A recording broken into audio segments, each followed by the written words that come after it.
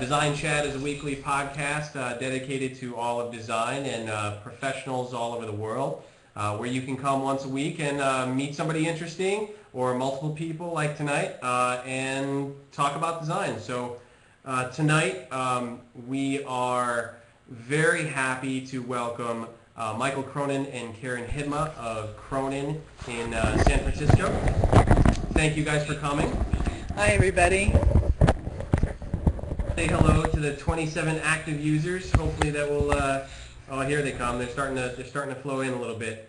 So yeah, guys, it was so cool to meet you guys at CUSP conference in September, and we for anybody who wanted the backstory there, we live broadcasted from CUSP, but had some more technical difficulties and lost the video from that, which is unfortunate.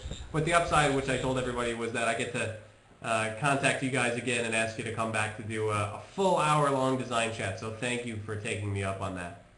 Oh, well, no problem, Ryan. Our pleasure. Awesome. So something I want to instill upon the people who come to talk in the chat tonight is the history that the two of you guys hold in the design world and all the things that you guys have accomplished. Recently, things like you were named, in the top 100 most creative people in Fast Company.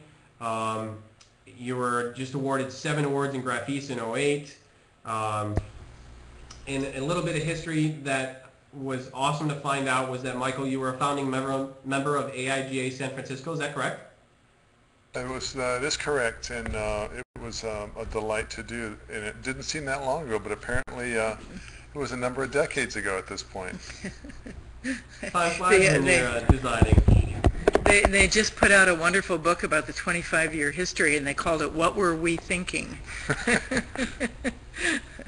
And one of the things I think that has developed just in general among design and through technology is that there's never been a better time for designers to share their ideas and to be inspired by one another. So we're delighted to know that we had some start of that, but how great it is today.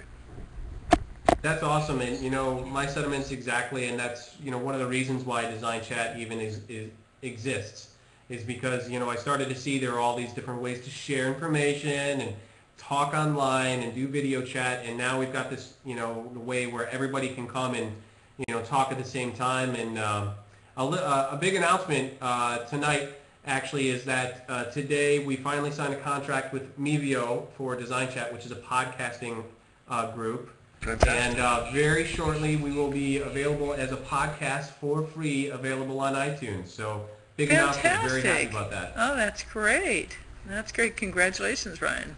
Thank you. Thank you very much. So yeah, many great things in the works. I just added a whole bunch of people to the guest list, and we're looking all the way through January. But tonight is about you guys, and some things I want to hit on are definitely the TiVo story, the Kindle story. I don't even know where to start, honestly. Really, it's there are so many cool things that we could talk about tonight. It's hard to find focus and kind of settle down on one of them and share those stories. So how about this? Let's do a recent one. Let's talk about TiVo and the process of that. How you guys were approached. How aware of the technology were you when the project started? How far down the road were they even aware of what that was going to become? Well, it's a really great place to lead off, I think, Ryan, because it's a perfect example of how technology really made a huge change, and really very few of us on that task, working at the early days of thinking about what TiVo would be, really had an inkling of what the experience actually was. It sounds crazy. We'd watch people use it. We'd use it ourselves. But the story that I like to mention is that when we got a TiVo, they gave us a TiVo a few months after they launched, sent us a TiVo.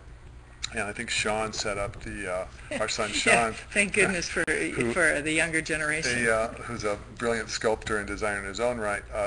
He set the TiVo up really quickly. And we were sitting there, he and I were watching television, and Karen came into the room and just started to talk to us. And we clicked the button, and at that moment is when it really dawned on me in my own house, the ramifications of the technology. Those kinds of revelations are happening sort of every day now, and really a fabulous time. But how long ago was that? When did that time period start for you guys? well, one of the reasons we can talk about it is it's out of non-disclosure. It's 10 years. So TiVo was, I think it was its 10-year anniversary this year. Isn't that amazing? Oh my goodness. Yeah. That's hard to believe. Ryan's having I'm that old moment. Yeah, exactly. I'll share that. Yeah, definitely, I am. I can't believe that was 10 years ago. Hey, welcome to our world, man, I'll tell you. Well, but what's so amazing is to think about that 10 years ago, we didn't know that we could time shift live TV, and the whole world was focused around appointment television. And here we are sitting talking to you this evening, and we're live online and communicating, and ideally this is going to be available in all kinds of other ways. So things have changed in that 10 years. And very quickly, and like Michael was just saying, those innovations are coming faster now. And for me, I know it's something I struggle with, is keeping up with the flow of information that's coming at us and is available. And a new skill that I think people are learning, and I'm definitely trying to develop, is how to filter all of that and make decisions about what it is we choose to let in our lives. It seems like now it's more about putting on the brakes and focusing on things we like, rather than just being served up the same stuff that everybody else is getting. Absolutely true. And we are still fortunate in the sense that we get a chance to hear about new ideas before they're really realized. And you can kind of tell at this point, people are looking at, gee, what is a thing that we can technically do relative to what will really make a difference in people's lives? In the first case, people were just creating things, and really the history of technology is laden with people doing things because they can and because they've made mistakes. But we're getting to the point now where I think people are looking for what's the value and how will it really improve our condition in the world relative to, oh, gee, let's make it happen because we can do it. So I think we're at that nexus point now. And so we're bound to see some great things come down the road that really we can use and will help us in a sense, curate our lives. Very much so, and it definitely seems to be about curating and choosing what you let in and what you don't. Let's talk a little bit about the naming and the wordsmithing part of what you guys do. Something that you talk about on your website in describing your group is where you start as a creative group, and what you are and what you aren't.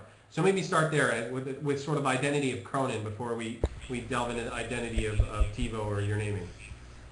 Well, one of the nice things to say is that with the years of experience that we've had with the design process, Michael and I realized that the part that we really enjoyed the most was really helping create the core part of the identity, which is the name, and then figuring out the visual identity around that and the look and feel to go along with that.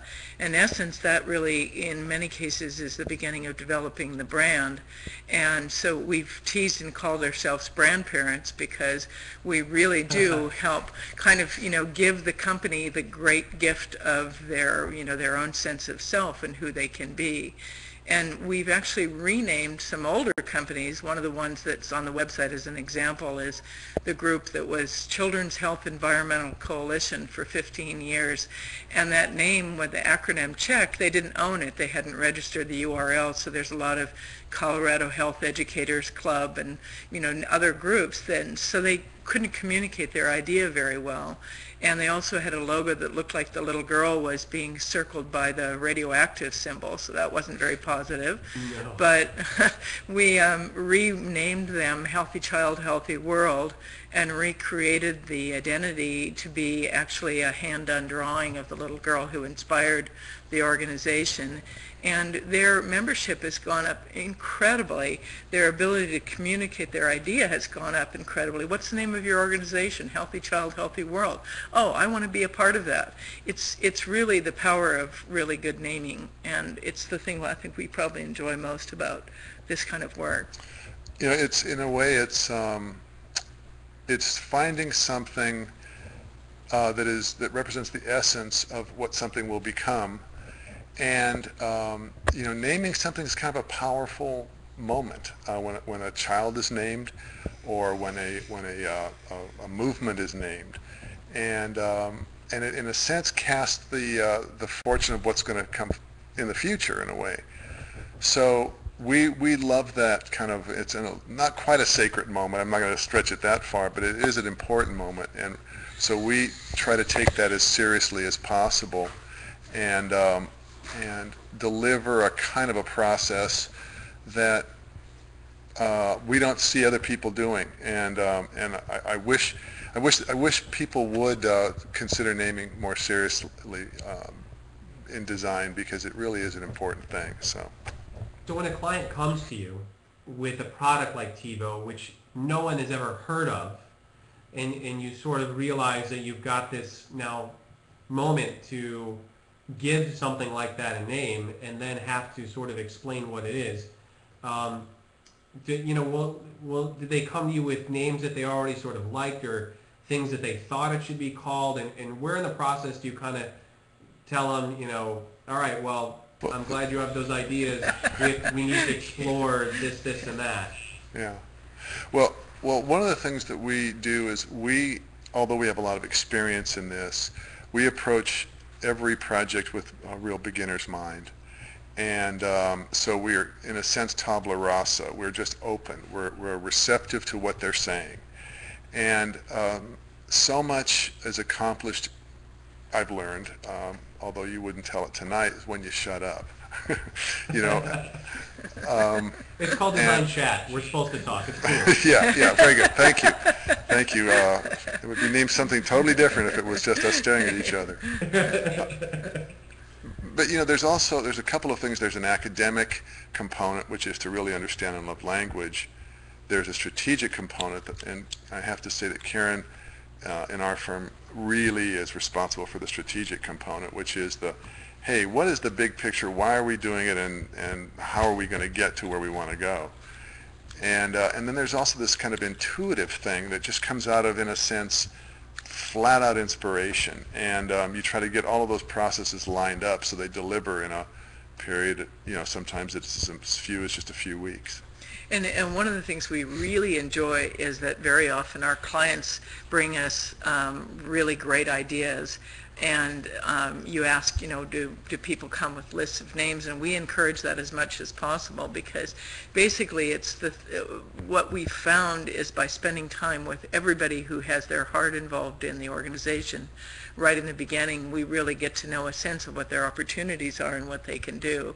And by being inclusive right in the beginning, we get them to open up and be trusting with us as well, which is another thing that's very helpful. What were they calling TiVo before, when they came to you, when they started? Well, everything has a code name, right? And in this particular case, the code name was Teleworld. And the original idea was that this device, this big hard drive really, would control all the functions of the house. And Mike Ramsey is one of the founders, and we had worked together on a number of occasions before with branding and naming assignments when he was at Silicon Graphics. And so he envisioned this as being something where technology really would run the house. Now we're still trying to figure that out 10 years later, and no one has a good handle on that, just because of if anybody was going to do it, it would be, in a sense, Comcast, and they still can't get it done. It's a very tough problem.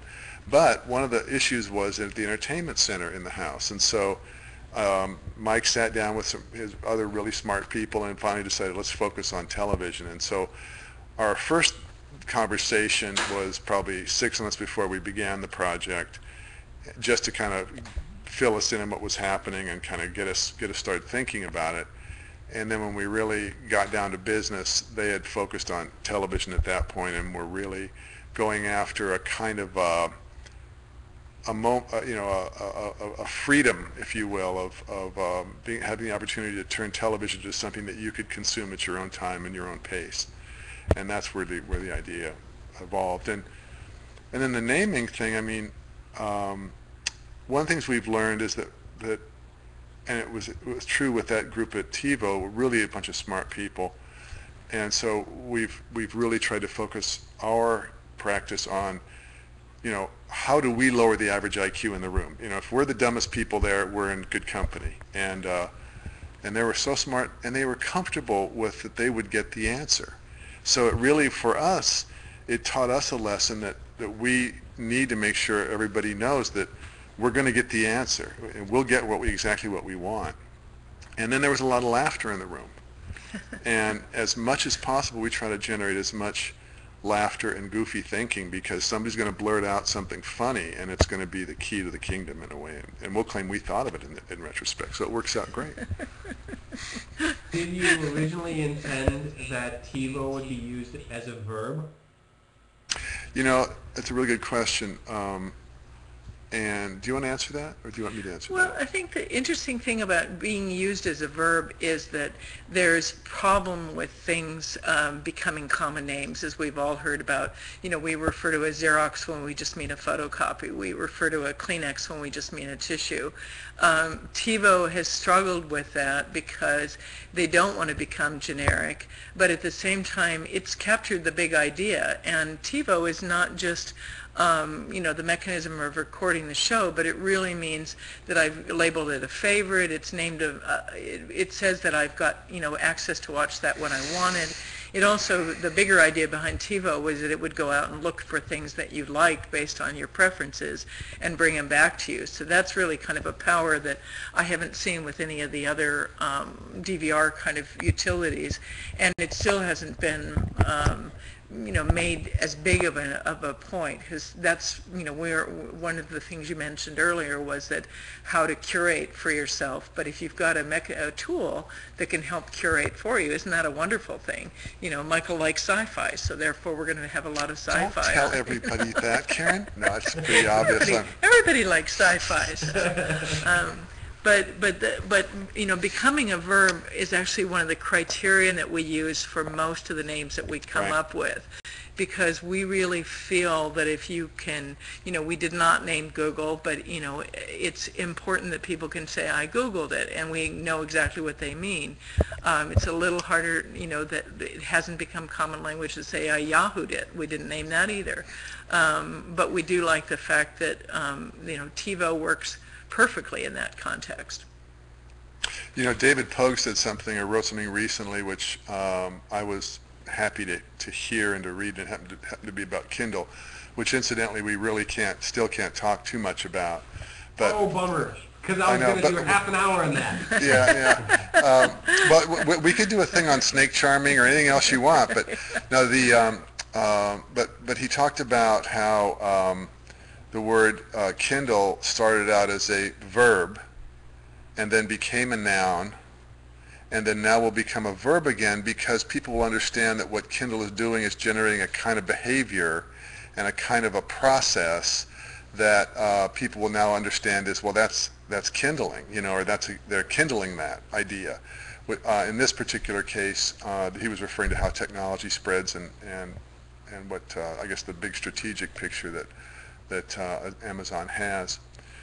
So we look at that big time, and we try to use language in a way so that it will have that evolution. And we try to, our job in a lot of ways, like most design, is to look around the corner and to really get a picture of where things are, where they've come from with great respect, and then to put them out there at the degree that will be most advantageous and will have the people say yes at the highest level. Because again, we're trying to work on things that mean something and that have a value. Can a bad name kill a good product? Well, there's all kinds of hilarious stories, and we can tell you a couple of them. But essentially, a bad name can really slow down something that's good. It can kill something that's not very good.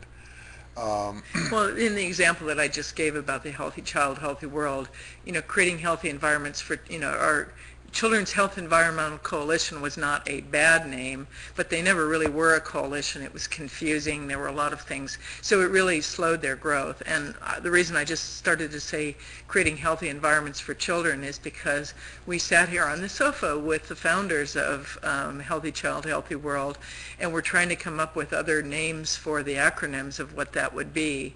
And we're able to take it around. But even that wouldn't have been as strong of a name. So obviously TiVo had Replay as its competitor, but Replay is not as big of an idea as TiVo is for what you were being able to do with that. Plus that cute little character for TiVo, that really helped, because the fact that he had his legs that he could go out and get things for you, and his little dealy bobber antenna, which is funny that we still read that and read television when people haven't used rabbit ear antennas at least since last spring.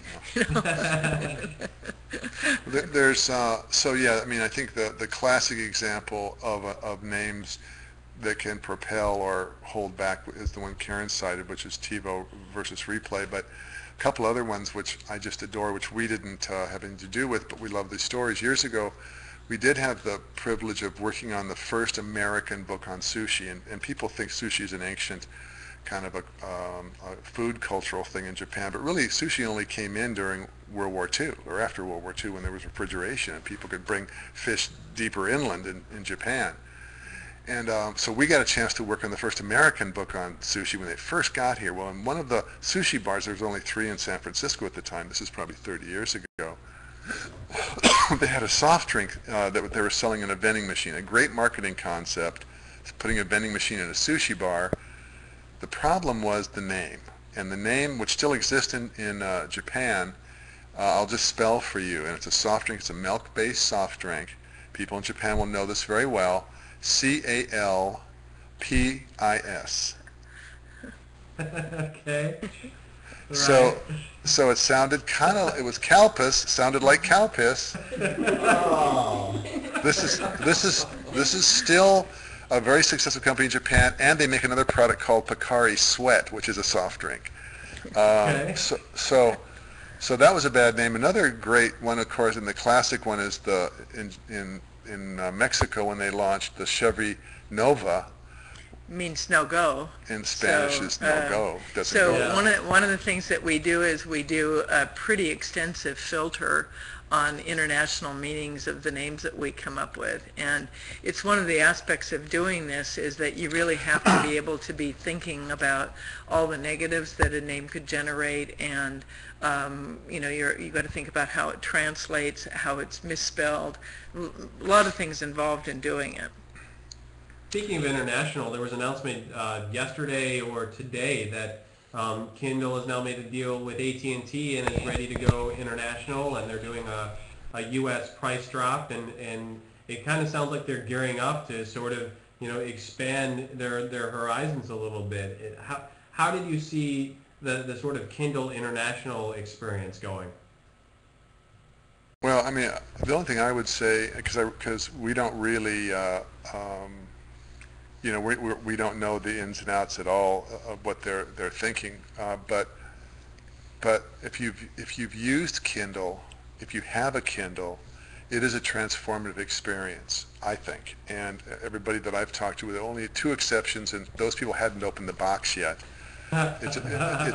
It's really a good experience. It's not maybe perfect, but I think it's getting close, and it's going to really help affect people in the world and spread, I think, and increase reading.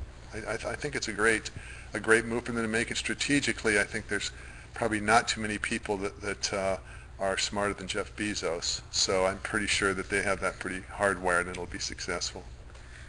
I was reading my Kindle yesterday and using one of the features that we really like, and that's the part where it. Somebody's got a phone call. Who's calling? calling? No, that's right. That's right. Sean's taking care of it. We have our backup here. It's Kindle calling. We can't talk about it. sorry. That's probably the case.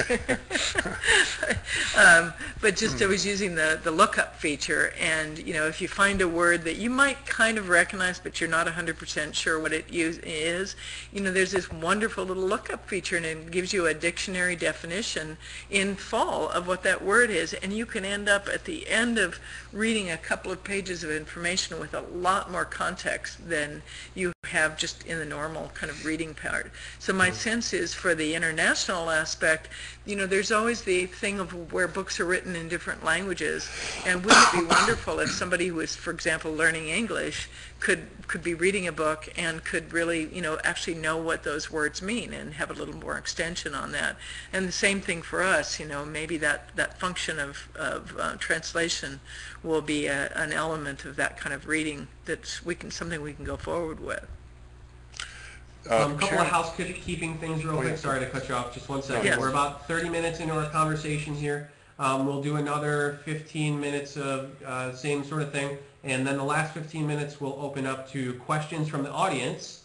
So I've seen a lot of questions pop up in the chat room, which we definitely appreciate. But let's hold on to those for another 15 minutes, and we'll do some conversation with the chat room.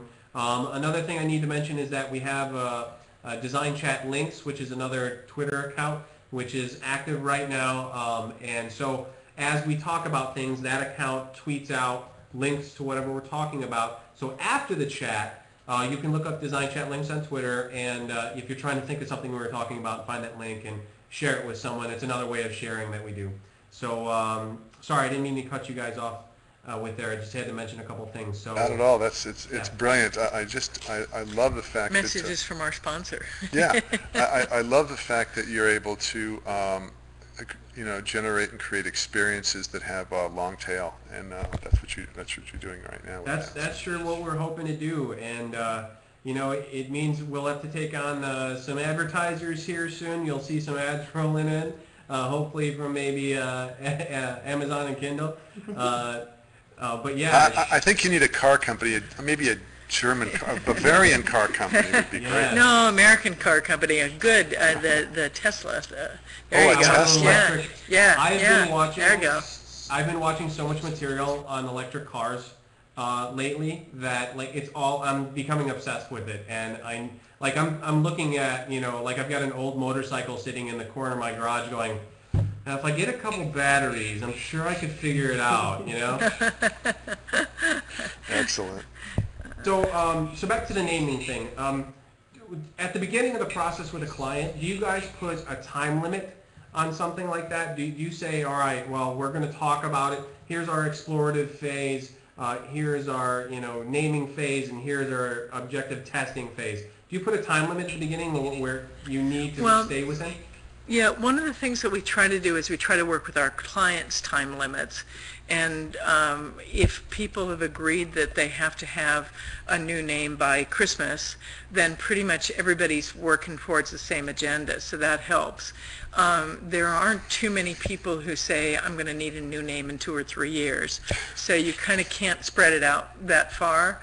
But one of the ways that we make this most effective, as I was talking about getting the input from everybody right in the beginning, is that if we basically get everybody on the same page right in the beginning, the process moves so much faster. I was going to say slower because back in the day when we would hold kind of the first meeting with one person, the second meeting with 2 or 3 people, and people would trail in, it took longer. So now we kind of have reversed that process to where we basically tell people if this is critical to them, they're going to show up for the first meetings. We're going to get the information together, and then we usually overlap the phases of the naming and the identity work because we're working on both phases at the same time. And in the case where we might be doing a web look and feel for somebody as well, or maybe even a print piece look and feel, depending on what their output is going to be, we start looking at that as well, because how that name looks as an identity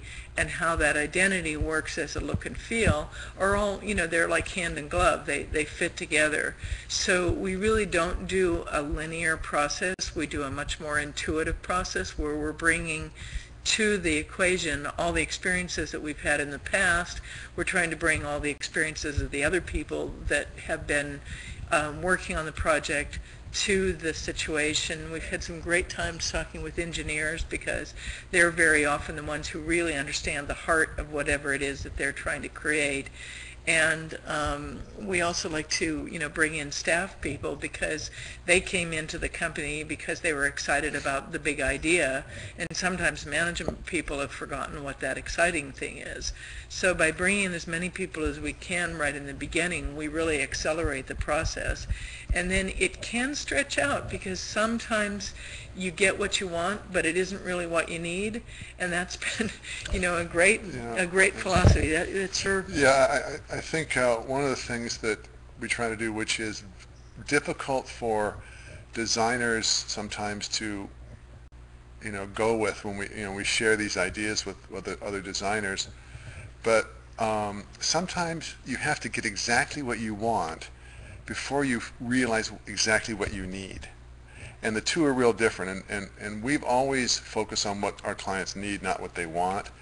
But so many times... But first, sometimes you have to give them what they want. Well, but so many times somebody will say, and we're dealing with people who are really smart. These people are not, they don't need to be educated in branding per se. They want to maybe hear our thoughts about it, but they don't, this is not a new right, thing for them. But they're not really usually used to being clients. I mean, naming a company, we think about TiVo being named 10 years ago, 11 years ago, how many times have they had to rename that company?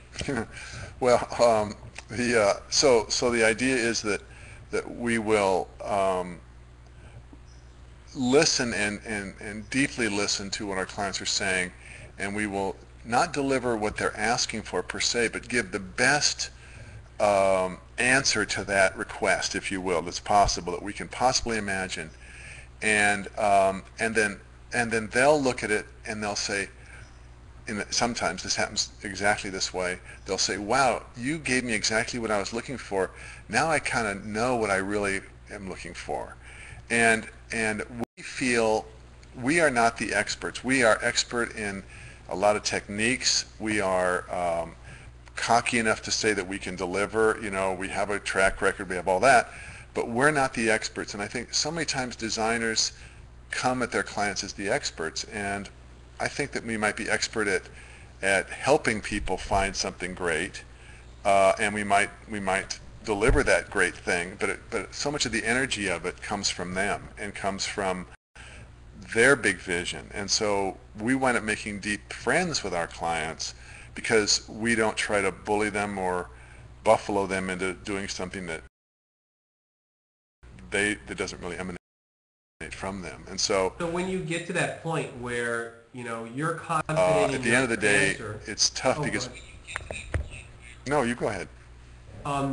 You get to that point where you think you've come up to this answer, and it's getting to what they need, and you're serving it up to them, and you're meeting some resistance. What are some of the techniques you might use at that point to to help them through that process? Well, yeah. Hammerlock. I have a couple of techniques. One of them is I just collapse on the floor like a little baby and start to sob, and that usually gets their attention. But actually, what happens is, I'll give you a couple of examples, and Karen can give you many examples of this as well. When we finally see, okay, we really have now understood the right thing to be able to go after, and so much of our process is not finding the right solution, it's finding the right question to ask. That's really the secret to our business. So once we have the right thing, sometimes people don't see it, or they're just confused or whatever. They want to see more. They want to see something different. And with TiVo, it was the 14th name we generated out of about 800. Wow. And so it took a while for them to see that TiVo was the right name. And so many times, often what it is one person from the outside can come in and say, that's a good idea. And everyone goes, oh good, it's a good idea. What we try to tell our clients, which is really hard to internalize, is that they're never going to be as easygoing about this as their customers are, and as clear thinking about it. They're going to be confused about it, and it's intense, and they need to be able to take a step back. And so we tell them that we get paid for being naive and being able to take a step back and being fresh, and saying this is the right idea for you. And we usually bring in somebody from the outside and say, what do you think? And it can be anybody. Sometimes we tell our clients to go out and do some street intercepts and show them stuff, just to get that other we opinion. also, Ryan, one of the things that we do in our contracts is we tell people up front that we reserve the right to bring things that we think are good for them back to the table again and again. And that's a very subtle way of doing it, but in truth, sometimes it's important that the designer be able to retain a little bit of that control of the process, because you're trying to work with them, you're trying to help them, but you also have a lot of experience. And as I said earlier, most of our clients don't really have that much experience being clients, particularly for the kind of work that we do, because it's a once-in-a-lifetime thing, not something that they do all the time. Other clients, if you're naming products all the time, you can get kind of, lost in naming products, and then you can tell by how the products are starting to get named. Yeah, well, we don't focus groups? The only time that we ever use a focus group, we wind up reviewing the work with people, but it's not really a focus group. It's we use focus groups at the beginning, and we encourage our clients when they're developing the idea of their product to use a focus group, because that's when they're really useful. But at the end of a process, a focus group is not really the right tool to use, and I think anybody who does focus groups will tell you that it's you don't use a focus group for disaster prevention, Yeah, I've in my personal work, I've definitely seen some some good ideas be completely derailed, and then sort of myths start growing in the heads of the people I'm working with, and then and then there's no saving it from that point. Well, one of the things we try to do with our clients is when they start to segment too much, and they start to say, gee, I think a certain way, but this other person, I'm 40, let's say I'm 58, but this person is 56, and that's a whole different person, at 56 and 58. What we try to do is to say, listen, everybody, breathes oxygen on this planet, and then so there's some baseline similarities that if you think something is good, the chances are that somebody else will. So don't just breathe oxygen. Let everybody else breathe oxygen. So. I think 2 points for everybody who said, I know, I was going to say 2 points for everybody who saw one of our cats just walk past. Karen, something you said at Cusp, which I really identified with, is a good way to prepare for the future is optimism. And you're definitely displaying that right now. You've got a huge yes that sort of lives with you. Well, do you remember the wonderful points that I made about that? Because a long time ago that we learned that one of the critical things was getting to the person who can say yes in a company. Organizing your information that you're presenting. If you want the answer to be yes, why not kind of work back from the end that you want to get to that perspective? I think that the other thing I made was the point that no is really, there's nothing wrong with no. Knowing that you have the power to say no gives you a sense of certainty as well. And I think as much as I encourage uncertainty as a creative process, and I talked a little bit about dyslexia and confusion and that helpful bit of learning about insight, but yes is a very empowering answer. So think about the people that if you said yes to, you could make something work for them, and then use that for yourself as well. Mm-hmm. Also, really to know that there are times to say no and be comfortable with that. The ambivalence is not good. So certainty, once you arrive at it, can be very empowering, whether it's positive or negative. Exactly. 100% agreed. You mentioned, and we've already seen one of them. You guys have two sons, Sean and Nick. Is this a family operation? Well, Michael taught at California College of Arts for 20 years while the boys were growing up. He actually deferred being president of the AIGA chapter in San Francisco for a few years when the boys were little, because he was pretty busy running our business and being a dad. As with many women who are working as well, I was a little more balanced in the background, being the mom and dad back and forth. But we have noticed that our boys, when they were little guys, came in, they had no problem learning to use the computer. They had no problem creating work and then putting it on the display racks up in the front of the office, because that's what they saw us doing, so they figured it was a logical thing to do. But I have to say that Michael and I actually met in art school. We are both painters and still are. He's more active than I am. But design is such a positive and optimistic world, to go back to the earlier point, that people in design tend to be encouraging of one another. They tend to be supportive. They tend to be collegial. They tend to be excited about each other's ideas. And I think the boys saw that and thought that it was a world that they wanted to be involved in. So our oldest son originally wanted to be an architect.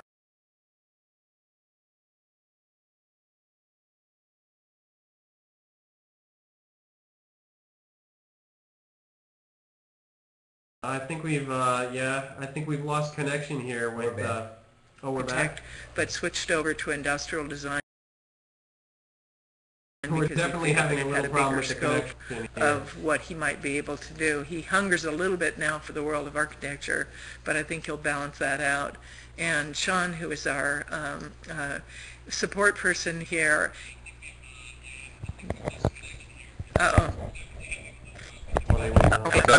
okay, we're here. We can hear you, Ryan. We can hear you. I think you're back. Hello. There we go. Okay. All right, well, thanks to Sean, who I was just going to sing his praises. Sean is an amazing, Sean is an amazing artist. Definitely apples didn't fall very far from the tree. I think, yeah, we're still having a little bit of a delay problem, so I think we might be caught up here. Should we reboot or do something else definitive? I think, no, I think we're caught up. If we have another problem, then we'll, Oh, and I was good. talking about this last week, about a half hour through, I think we're going to start doing a reboot break where both parties refresh their Oh, screens. good. Oh, Yeah. good. Yeah, stretch, relax, Exactly. yeah, all those Excellent. good things. We'll get the yoga going like we did at The mid-chat stretch, absolutely. Exactly. We'll have to find some interim music or something like that, some good elevator music. So moving along, we do have about 15 minutes left in our chat. So let's open it up to the chat room for anybody who happens to be hanging out, and start throwing some questions at us. And from our experience, you know, some questions do get missed, and that's okay. Just keep on throwing them up there, and we'll try to address them one by one. If you guys see something you like, go ahead and address it, and I'll be calling them out too. So we've got Put the iPod readers questions. Oh, I do have we're frozen again. You're good. Full Oh, sec. that's frozen. Yeah. Yeah, I think we're frozen. Okay, time out, everybody. We're gonna do. Let's go ahead and do that refresh. Let's do both parties. We're gonna reboot. Everybody, hang in for like 2 minutes. We can hear you. We can We'll hear be you. right back Can with see you. We're ya. here. Hello, hello.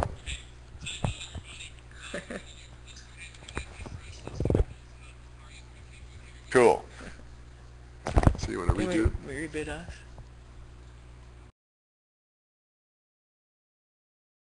Everything plugs up after about a half an hour. No, Whatever he did.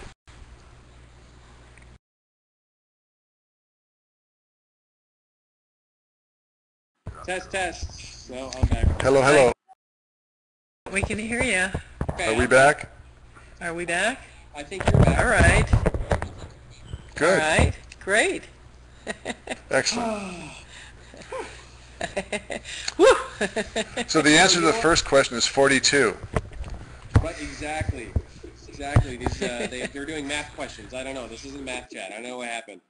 How did having children affect your views on design, the process, and your inspirations? From Circuit Bomb.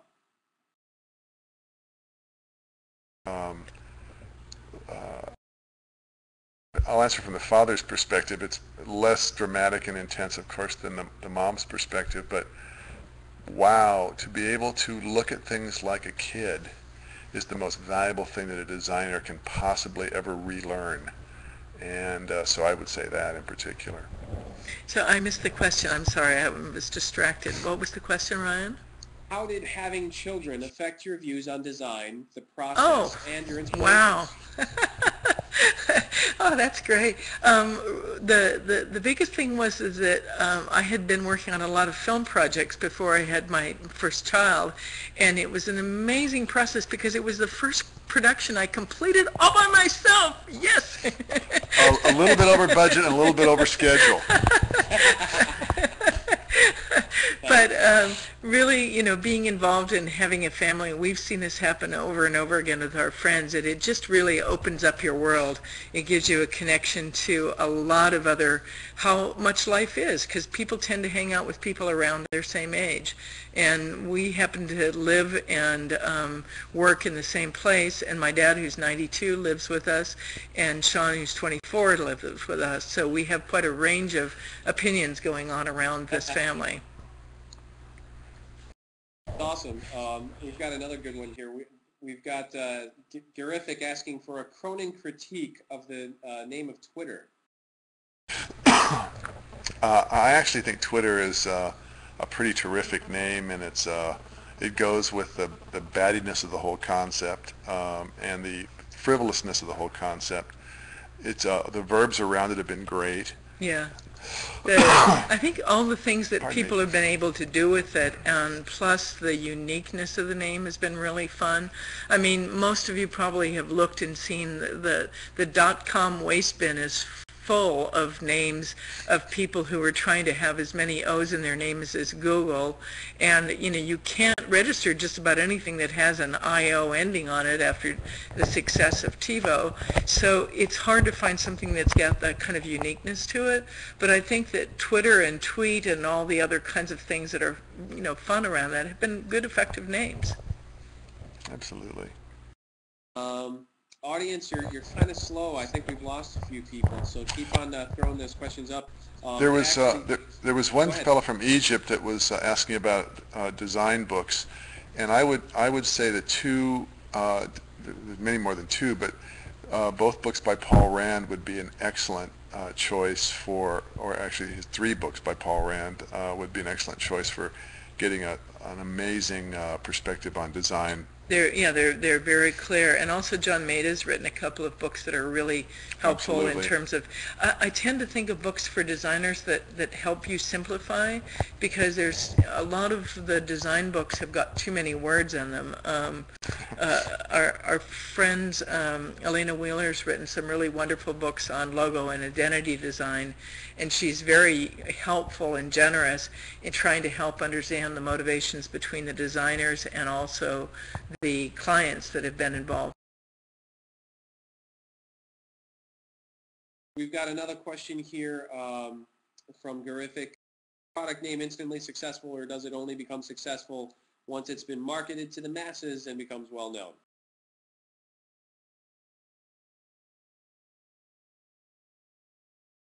A little frigid in the tiny chat room tonight. Temperatures are low, it's turning to fall, and we're having a lot of freezing in the area. Once they thaw out, I'm sure we will get a warm answer. I've noticed that a lot of people in the chat room, our names aren't showing up. There's some sort of glitch where the names aren't showing up. So they're thawing out. They're dripping a little bit. So for all the people who are still here, if you're on Twitter, throw up your Twitter name so everybody can follow each other. Go ahead and pop them up there just so we know who's here and we can say hi and continue the conversation. And actually, hashtags, if you're aware of hashtags, it's just the number symbol right before a name on Twitter. I use DesignChat all the time. Feel free to use DesignChat to keep the conversation continuing after the show. DesignChat Links is going to put that hashtag out there real quick. Oh, you did. See, we're still frozen with Michael and Karen. It's an unfortunate because the conversation's going so well. I don't want it to end. So we'll hang in there for another minute. Maybe they'll refresh and they'll pop back in. I'll get forward to the announcements real quick. Thank you to Mashable, of course, for letting us broadcast from here every week. It's been a pleasure. And also thank you to Samana Mason, where we are currently at in West Dundee, Illinois, in their conference room. We're here every week. Tip your waiter. That's not too bad. Okay, so moving on. Next week, we've got @NoPattern, which is Chuck Anderson. He's an amazing illustrator and designer who's been around and working at a very young age. I think I heard about him the first time when he was 19. He's been in communication arts. He's won crazy awards. He does work for huge clients like Nike and these amazing things. So definitely tune in next week because we're going to have a cool show. Are we back? Hi, Ryan. Can you hear us? Are we back? Yeah. I hear some audio. All right. Great. All right. Hi there again.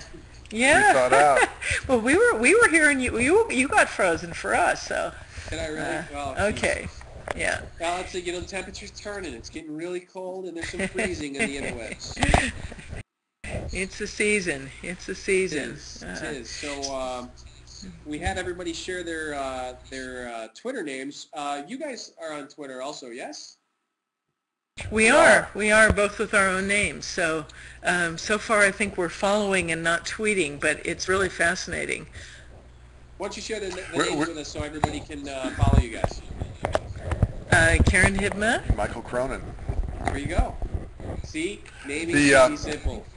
So what we're going to use Twitter for, we are in the process of developing a book. The title of the book is Elegant Questions, Simple Answers, and it has to do with pretty much our perspectives on how we see design and how we see what we do, and so we're going to use Twitter to kind of develop and start to put those ideas forward, and then finish the book based on the kind of feedback we get. So. Oh, brilliant! I can't wait to see what comes out of that. Are you going to be doing it from your personal accounts or a Cronan account? That's a good question. Probably our personal accounts. I have no idea. That's a good question for me. I've got to find out. Well, I can't wait to What do you start recommend? doing that. Well, it's not. I don't recommend against doing like a Cronan account or your personal account, but it could be valuable if you focus on one account and then get a large following, because then your network will respond to you. I Very see. good point. No, Very that's good actually point. a good idea, because if we can do the Cronan identity, that's a nice unifying way of putting it together. So, we've had longer business names over the years, but right now using Cronan is a really effective way.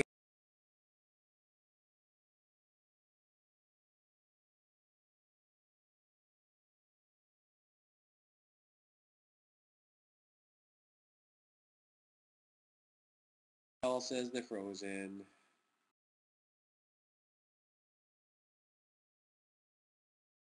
Wah, wah, wah, wah.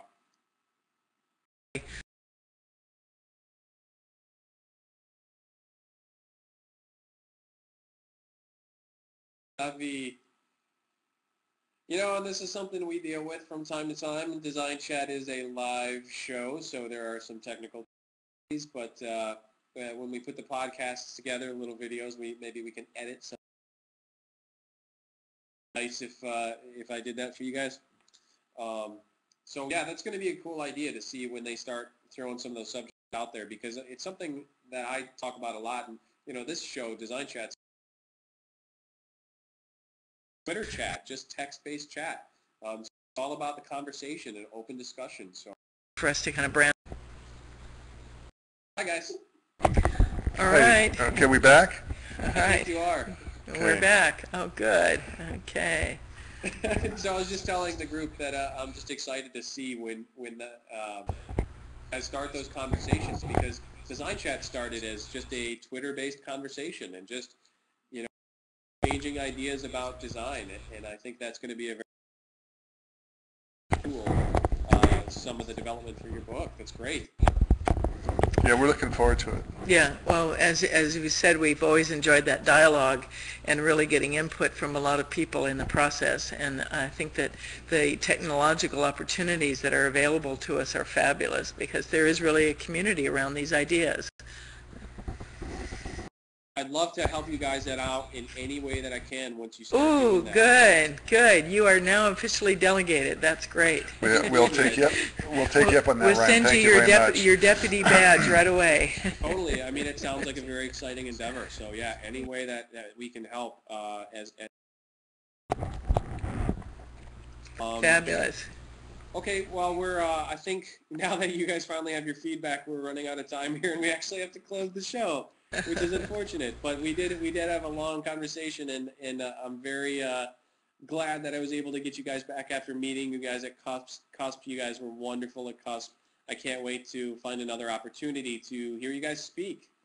Great. Thanks so much, Ryan. We really appreciate it. And thanks to everybody for their comments. We really look forward to reading what people have said and following up on what you do with this. So Thanks so much, Ryan. We've become Thanks, DesignChat followers as well.